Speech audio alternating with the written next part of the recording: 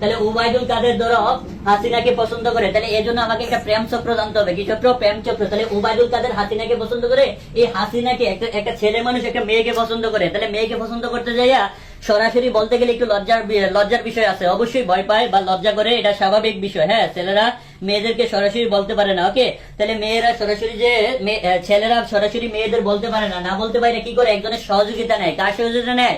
বান্ধবীর, অর্থাৎ মেয়ের বান্ধবীর সহযোগিতা নেয়। তাহলে হাসিনার বান্ধবী এখানে বি মানে হচ্ছে বিথি, বি মানে কি দেখো, উ মানে উবাইদুল,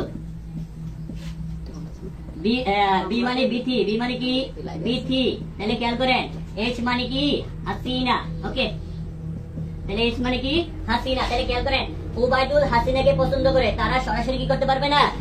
প্রপোজ করতে পারবে না, কারণ ভয়ের কারণে, লজ্জা পায়, ভয় পায়, তাহলে প্রপোজ করতে পারবে না। যে তো খেয়াল করো, সে ছেলে মানুষ একটু বুদ্ধিমান, সে কি করছে? ওই যে হাসিনার বান্ধবী বিথি আছে, বিথির কাছে কষ্ট করে গেছে, এখন বিথির বাসায় যাইতে কিছু টাকা খরচ হয়েছে। কি টাকা? কিছু টাকা খরচ হয়েছে। এখন এই যে বিথির উবাইদুলের বাসা থেকে বিথির বাসায় যাইতে 3 টাকা খরচ হয়। কত টাকা?